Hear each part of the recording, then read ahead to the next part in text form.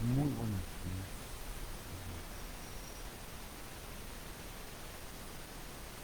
Muy buenos días.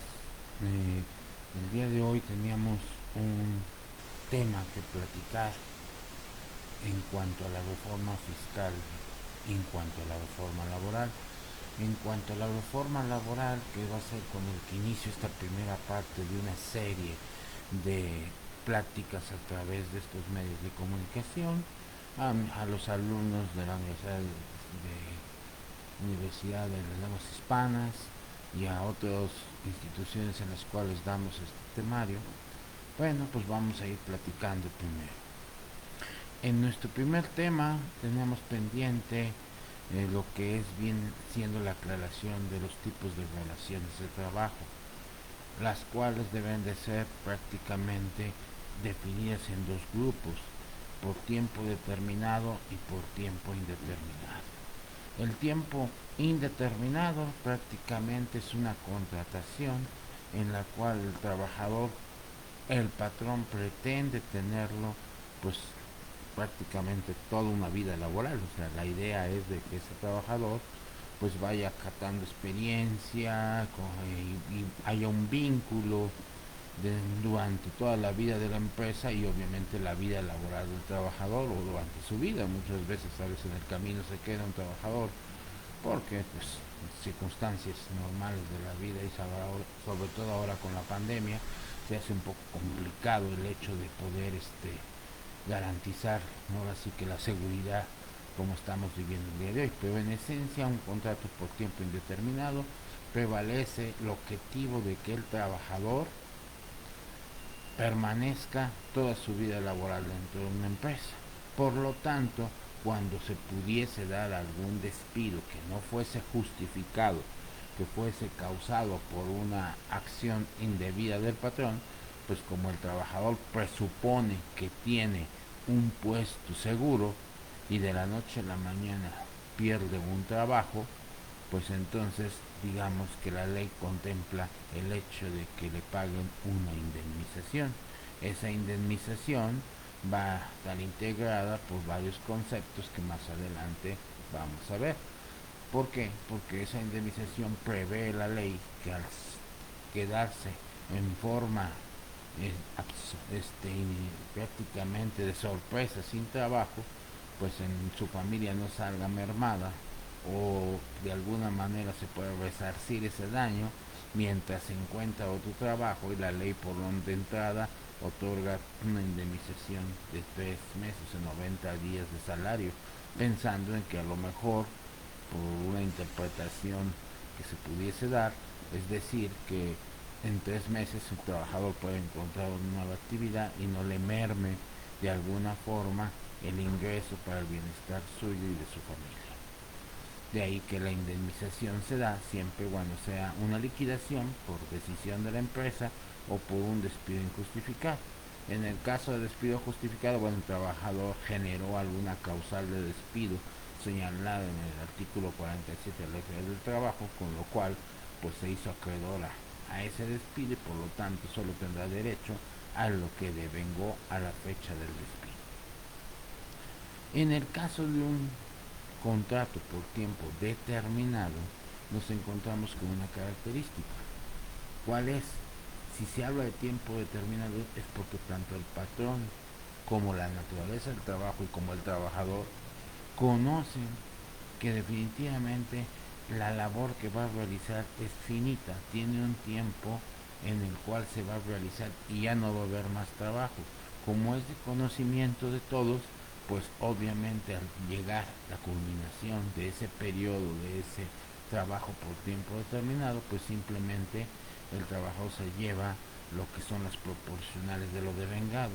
No es acreedor a una liquidación con indemnización, puesto que de antemano había previo conocimiento de que iba a ser un trabajo temporal. O sea, el trabajador estaba consciente de las circunstancias que una vez que se terminara ese trabajo, pues ya se iba a encontrar él o buscando otro o ya amarrando otro tipo de trabajo o pues ya se quedó sin trabajo. Entonces, como era de su conocimiento y no es una causa imputable al patrón, pues entonces definitivamente nos vamos a encontrar con que es un tiempo determinado y ahí prácticamente se termina la relación laboral. La principal forma de poder relacionar una actividad de una relación patrón-trabajador de acuerdo a su actividad para calificarlo como tiempo determinado tiene que ser la naturaleza específica del tiempo determinado, o sea, que el propio trabajo nos demuestre que es finito, o sea, que va a tener un periodo de realización y se termina. Podemos mencionar, por ejemplo, cuando a una secretaria o una mujer se va por incapacidad en cuestiones de embarazo, durante todo ese periodo en que tiene incapacidad, pues puede estar suplida por otra persona. Y entonces, ¿cuánto dura ese contrato por tiempo determinado? El tiempo que la titular de ese puesto de incapacita. Otro ejemplo que pongo muy común es cuando se filma una película, se contrata a unos artistas y se contrata el personal técnico, toda la logística de gente, pero se le contrata por tiempo determinado. ¿Cuánto va a durar ese tiempo determinado? El tiempo que dure el rodaje de la película. Entonces la naturaleza del trabajo es el que define si es un tiempo determinado o no lo es. De ese modo podemos determinar en la condición en que va a ingresar el trabajador. De acuerdo con la reforma laboral que entra el 1 de mayo de 2019, pues prácticamente ya tenemos contratos a prueba. Esos contratos a prueba que nos establece la ley nos señala que pueden ser hasta 90 días, o sea, 3 meses de contrato a prueba. Y si es para trabajos que se realizan por personas que son de alta dirección, tendríamos la necesidad entonces de que si es de alta dirección, el contrato a prueba se señale por un periodo máximo de 180 días, 6 meses. Como es un contrato a prueba donde posiblemente también haya una capacitación, adaptación del trabajador, la ley nos permite todavía un estirón de 30 días. Pero si a los 30 días definitivamente no demuestra que está apto el trabajador para cumplir la función en el puesto que se capacitó o que estuvo a prueba, pues entonces prácticamente no se le va a contratar y que ahí terminaría la relación laboral. Nada más que hay una característica que la reforma nos puso a partir de esta reforma del 1 de mayo.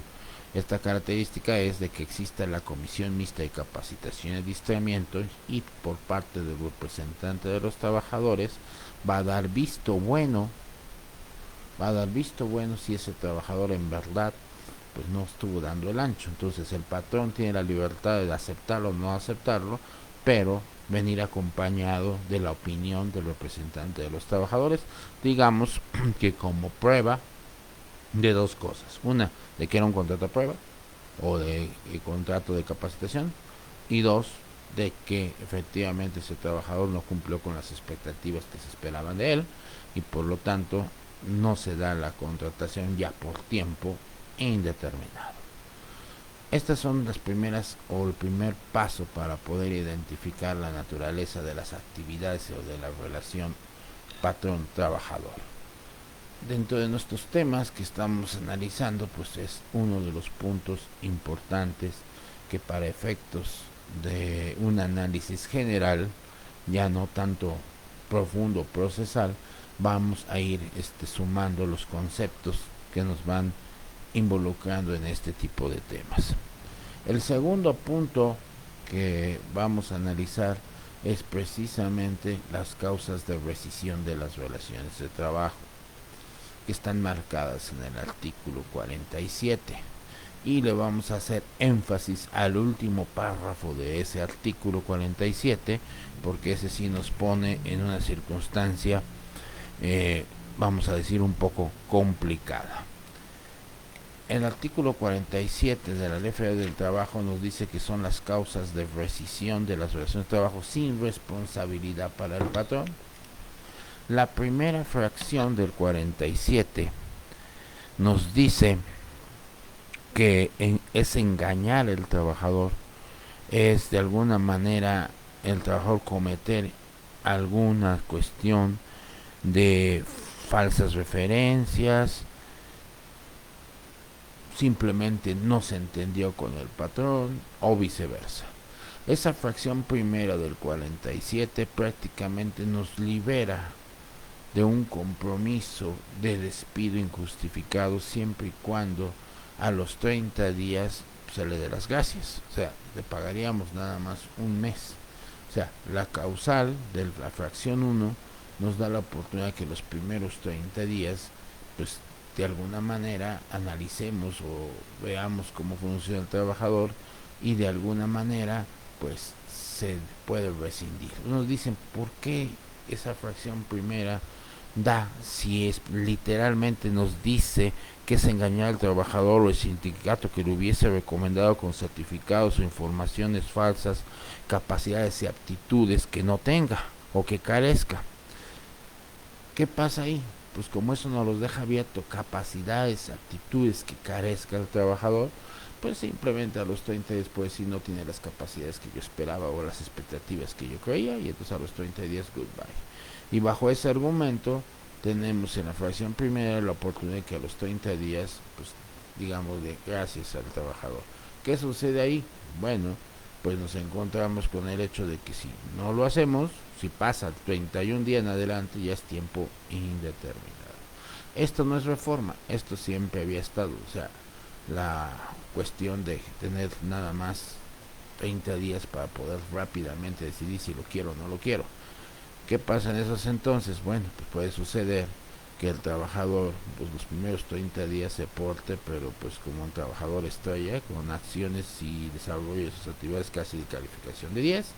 Una vez que ya pasó ese término, pues ya empieza a enseñar el cobre y entonces sí vamos a tener un detalle para poder encontrarle alguna otra causal de despido para poderlo pues finiquitar como despido justificado en virtud de que pues realmente no va del ancho, pero pues los primeros 30 días a sabiendas de que son donde sin responsabilidad del patrón le puede pagar alguna indemnización, pues trabaja bien, ya una vez que pase de los 30 días pues se desquitará. Y entonces ya empezamos con problemas. Bueno, pero ahí está, la fracción primera, que esa siempre ha estado en el artículo 47. La fracción segunda, pues habla mucho de dos faltas, la falta de probidad u honradez en actos de violencia, amagos, insultos, o tanto contra el patrón, sus familiares, o contra, de alguna manera, sus compañeros de trabajo, ante los clientes, ante los proveedores. Es muy común que a veces por cuestiones de que los patrones a veces llegan con una posición un poco excesiva, el trabajador se molesta o llega el hijo del patrón y como a veces son juniors, llegan como que muy altaneros y calientan la sangre al trabajador y pues no estamos ajenos del sentimiento de la reacción humana y el trabajador que va a realizar pues evidentemente se altera y de alguna manera a lo mejor se agarra a golpes con el hijo del dueño o etcétera, etcétera. Digo, son ejemplos pero que son la verdad de todos los días y esto va a provocar que de alguna manera pues al final de cuentas el trabajador sea el culpable por ser agresivo o por devolver un insulto, cuando por el insulto del patrón o sus familiares podría ser una causa de separación de relaciones de trabajo con responsabilidad para el patrón, pero como hubo el enojo, o así como dice la calentura, y pues el trabajador le soltó el primer trancazo y ya se armó la violencia. No, además de eso, pues la violencia entre compañeros, desgraciadamente el mobbing, como le vamos a llamar también, porque ahora recordemos que la reforma laboral nos distingue entre en bullying y mobbing. Bullying es en la calle y mobbing en los centros de trabajo. Entonces, ese mobbing que puede implicar pues, hacerle la vida pesada a un compañero que lo vean, como decimos antes, barco, y que le hacemos si no protesta o se aguanta y todo el mundo lo agarra de bajada y situaciones como eso que precisamente están contemplados para analizar esa situación que se presenta en las relaciones de trabajo y que a veces no son perceptibles o identificables o detectables o medirlas para poder aplicar la norma jurídica de un despido o de una indemnización o de una rescisión de relaciones de trabajo, pues se supone que para coadyugar y resolver y darle calidad de vida al trabajo, pues ya se nos vino encima también la norma oficial mexicana, la NOM 35, que se encarga de analizar la problemática o todo lo que vincula la calidad y la circunstancia mejores adecuadas para el trabajador dentro de su mundo laboral. Esta disciplina en Europa ya tiene tiempo y se llama la disciplina de la ergonomía. Aquí nos llega nada más el enunciamiento, todavía estamos muy básicos en el concepto y realmente nos los aplican a través de la norma NOM 35 de la STPS. Con eso buscan disminuir, erradicar y detectar problemas psicosociales en los centros de trabajo y que cualquier efecto negativo del ambiente, la calidad de vida, la calidad de las relaciones de trabajo, del ambiente de trabajo y el vínculo de la relación con sus compañeros o con el propio patrón, pues tengan una calidad, digamos, de ser humano, no se violen derechos humanos, no haya cuestiones en particular, y eso lo quieren complementar en la ley, porque la ley es una norma positiva, es una norma vigente, es una norma concreta que se basa en acciones determinados en la propia ley, y hay otros aspectos que son muy sutiles, intangibles, no palpables, no poderlos medir o señalar o identificar tan fácilmente. Entonces se recurre a otros elementos, otras materias para tratar de perfeccionar este mundo tan importante que es el perfeccionamiento de esta fuerza económica de cualquier país, que es la fuerza de trabajo, para que en la medida en que haya calidad en el trabajo, pues hay calidad en los resultados, en la producción, en el Producto Interno Bruto y evidentemente en el desarrollo de una nación. Entonces, esa es la pretensión, aunque todavía no puedo decir que estamos en un nivel de integración completa como para poder llegar a buen término todavía, pero bueno, ya estamos en los inicios. Esperemos que con el paso del tiempo se vayan integrando mecanismos, módulos, aprendizaje, experiencias, ya que organismos especializados en estos temas pues estén coadyugando para que pues no se vea como una cuestión de obligación y sanción, sino como una cuestión de apoyo para lograr un bienestar, pues, digamos, para la nación, para el patrón y para los trabajadores. Bien, tenemos una tercera fracción que nos agredía a los compañeros de trabajo, casi yo la mencioné junto con la número 2. Entonces una es para los patrones, la otra es para los trabajadores, pero en sí habla de la violencia, habla de la agresión, la falta de honradez, probidad y etcétera.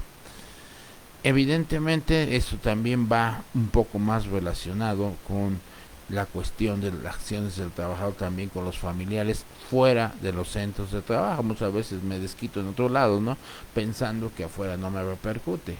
No me repercutirá en algunos aspectos, pero definitivamente lleva un efecto y lo marca la fracción cuarta de las causales de despido para el trabajador sin responsabilidad para el patrón.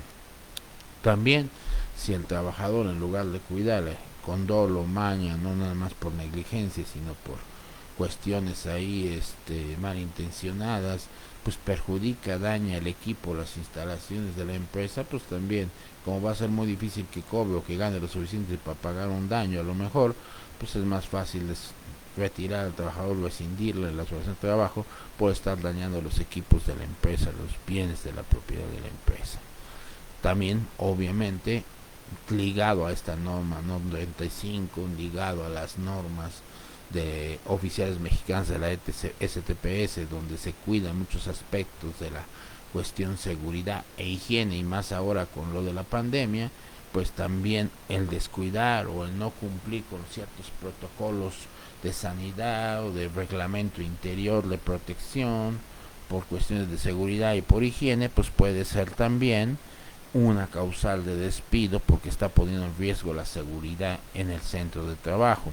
Eso lo tenemos en la fracción 7 del 47. Obviamente el octavo punto yo lo mencioné en el 2, en el 3 y en el 4, en el sentido de que estoy asociando cada una de las fracciones como con un ejemplo general, como es una agresión del trabajador a los familiares, a los compañeros de trabajo, familiares del patrón, al patrón, y definitivamente el hostigamiento o acoso social, acoso sexual que se le puede hacer, en este caso pues entre ambos sexos. No voy a de poner y sentenciar que es el hombre a la mujer o la mujer al hombre. Simplemente se da una situación, claro, prevalece la esencia de que el hombre es el que preponderantemente toma estas acciones que no son nada agradables, pero bueno, la ley está contemplada para ambos supuestos, hombre-mujer o mujer-hombre, pero los acosos pues deben de estar sancionados por la ley, sea una causal para el responsable de rescisión de las relaciones de trabajo. Evidentemente, el revelar cosas o secretos de la empresa pues también ya está contemplado en la ley, independientemente de que del contrato de trabajo se deriven por nuevas leyes que tenemos en los últimos años, pues aunque la fracción 9 nos señala revelar, y lo dice literalmente el que me voy a pequeño, pero lo quiero leer literal, dice revelar al trabajador los secretos de fabricación, dar a conocer asuntos de carácter reservado en perjuicio de la empresa, secretos industriales, información confidencial, mercadotecnia, la cuestión de precios, todas esas cosas pueden afectar definitivamente en perjuicio de la empresa que haya una fuga de información. Sin embargo, pues nos encontramos con que pues independientemente que lo señala la fracción 9 de la Ley Federal del Trabajo, también tenemos encima una ley de protección de datos, un contrato de confidencialidad como herramientas complementarias para poder pues hacerle ver o comprometer al trabajador que no suceda esto, porque el daño pues puede ser invaluable, ¿no? Un secreto industrial significaría una piratería, significaría generar otro monstruo de competencia que pudiese desplazar hasta del mercado a la empresa donde está trabajando. Entonces, realmente imaginarme un daño por revelar secretos industriales, empresariales o cosas extremadamente importantes que en la toma de decisiones de la empresa, pues realmente no creo que sea muy fácil evaluarlo. Entonces realmente la penalización de estos contratos pues a veces va acompañado también no solamente de contratar en un, digamos, un compromiso por la ley de protección de datos, un contrato de confidencialidad, sino también va de por medio tal vez una fianza o un seguro, porque realmente el daño puede ser invaluable, o sea, no es tan fácil saber el alcance del daño que pudiese haber.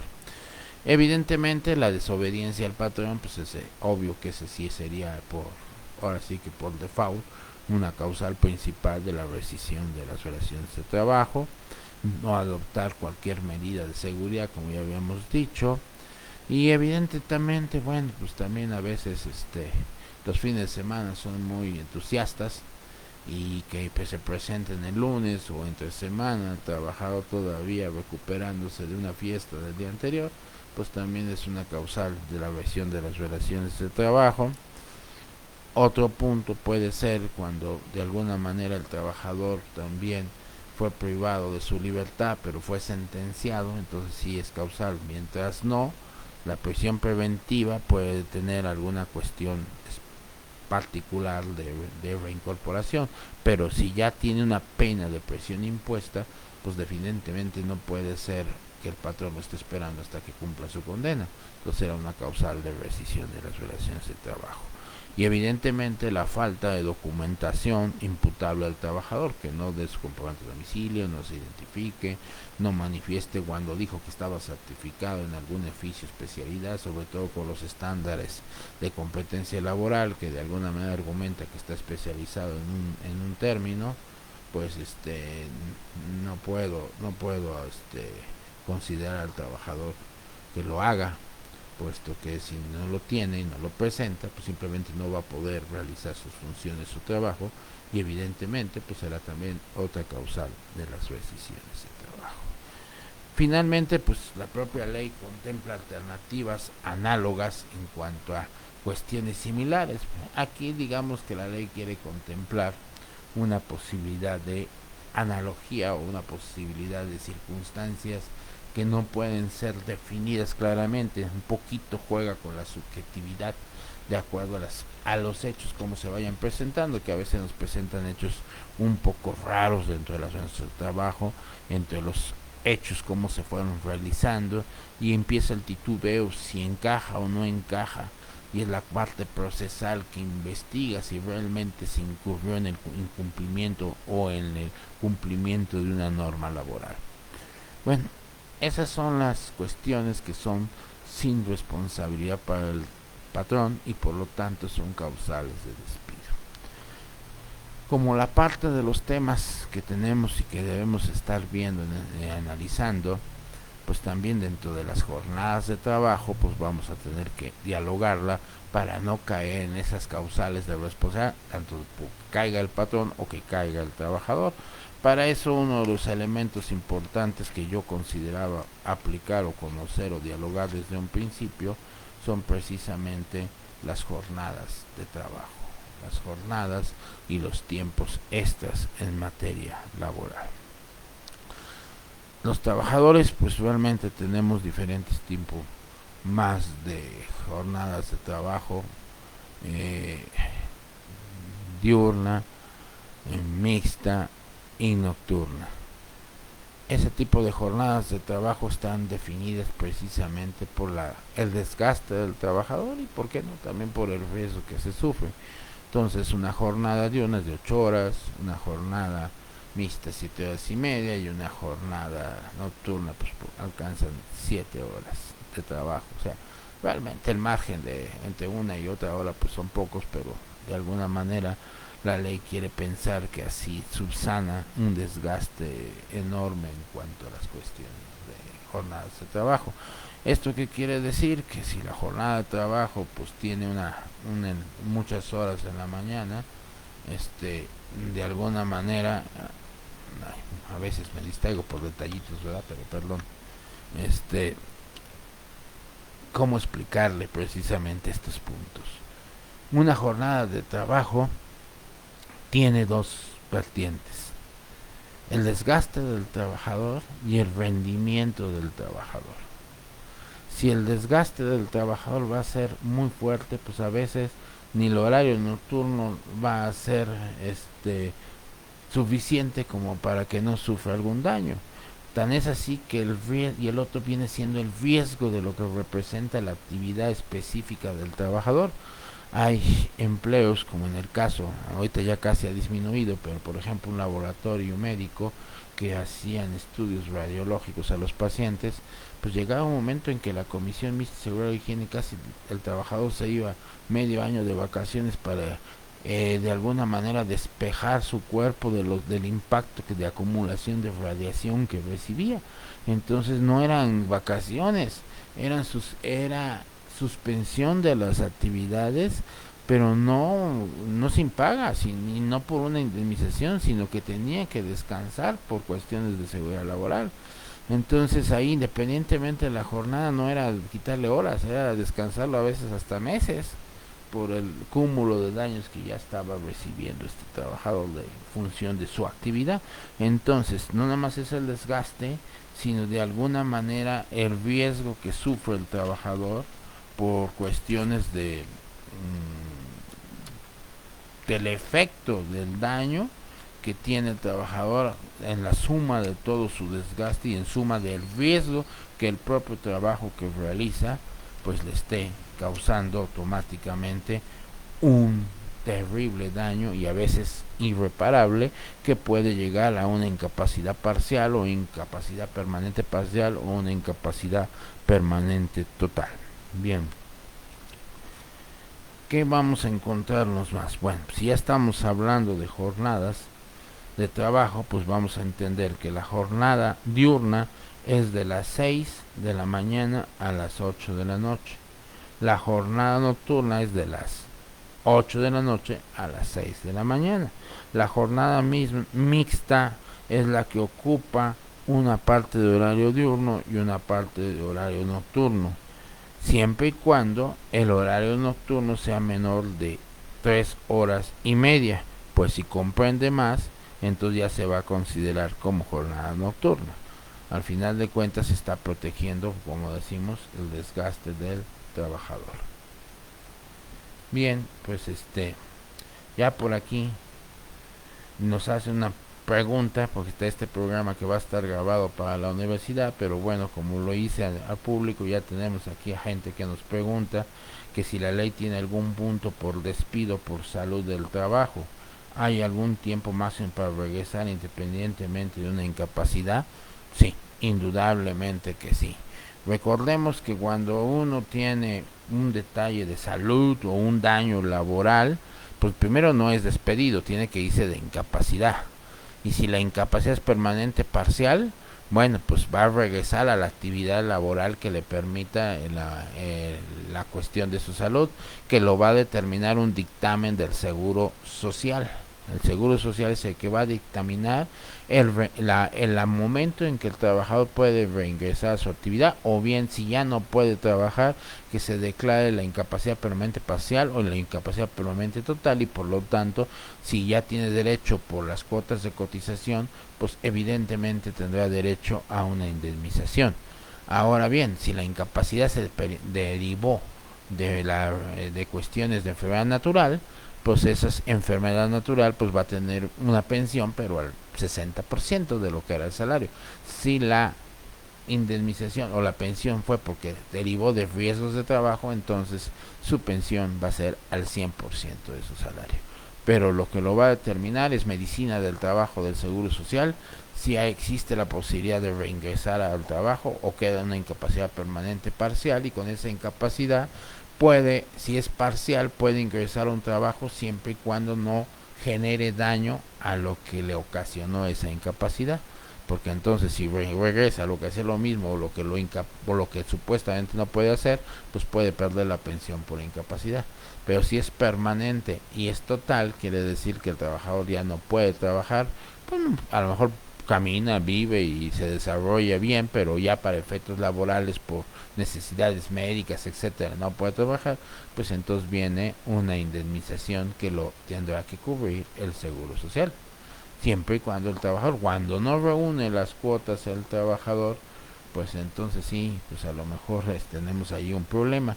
Pero bueno, todo dependerá de las circunstancias, del tipo de pensión, del tipo de daño que tuvo, y el hecho de que sí es declarado incapacidad. O sea, lo primero que debemos de tener es el dictamen de medicina del trabajo del Seguro Social.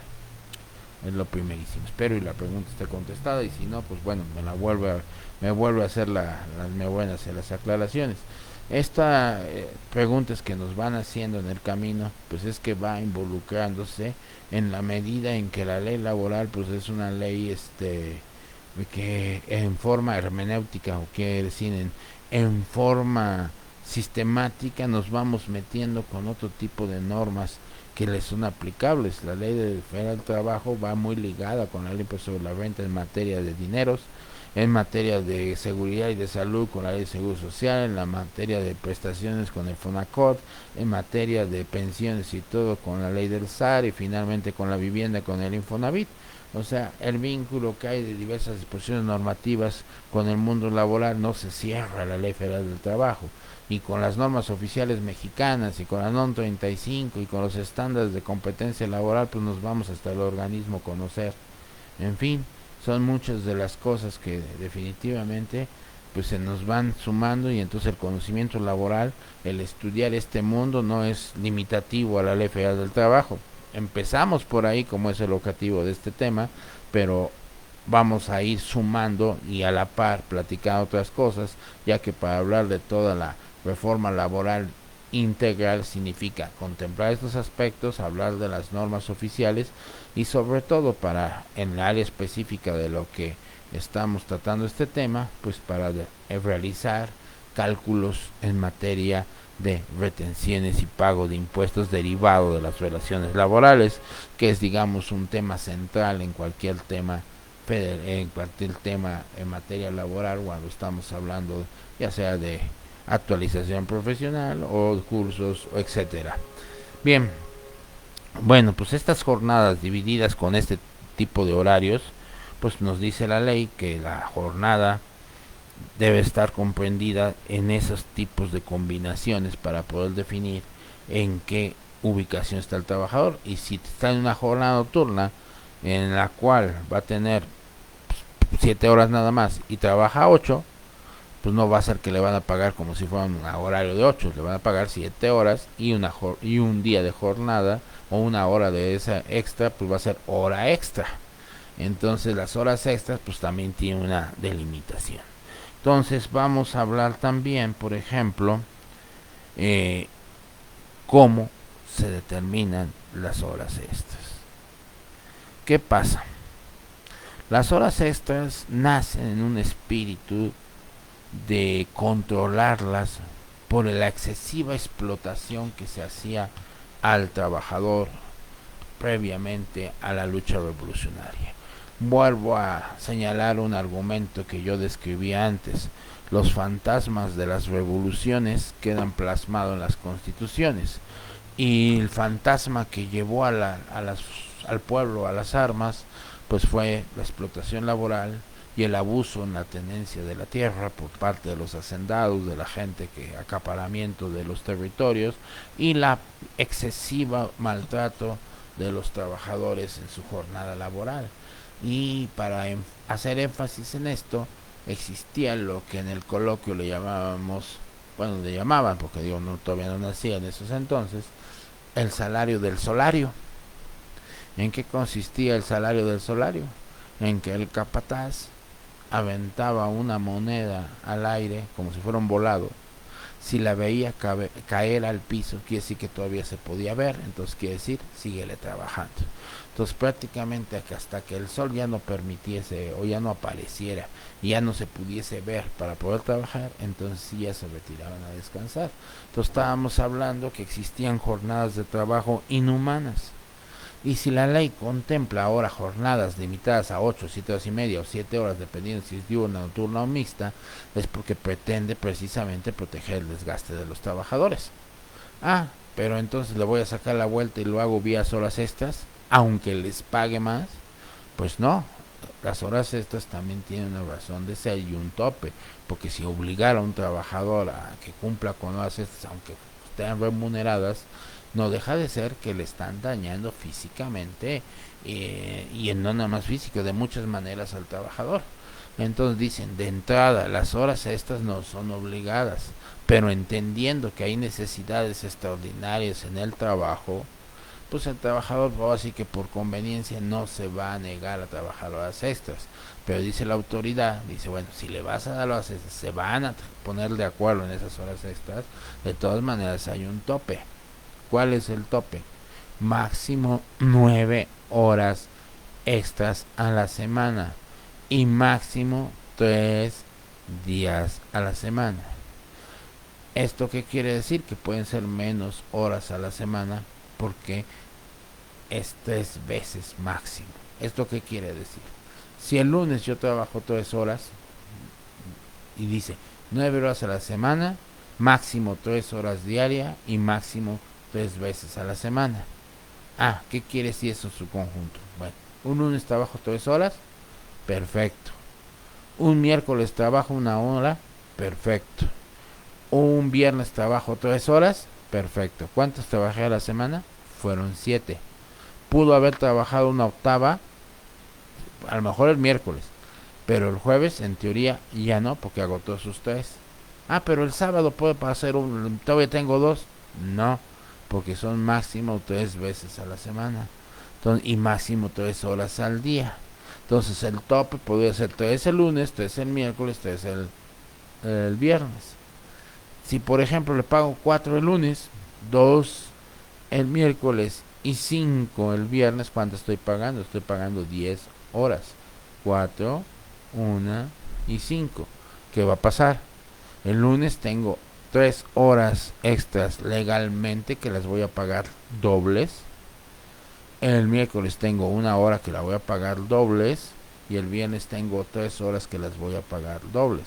Pero el lunes trabajo 4. Entonces la cuarta hora, independientemente de la sanción que emita la Secretaría de Trabajo al patrón, tendrá que pagarse la triple por hacerlo trabajar más de 3 horas en un día. El miércoles no tuvo problema. Y el viernes lo clavó 5 horas de trabajar. Entonces 3 horas se las pagas horas extras y 2 horas, independientemente de la sanción, se las vas a pagar triples.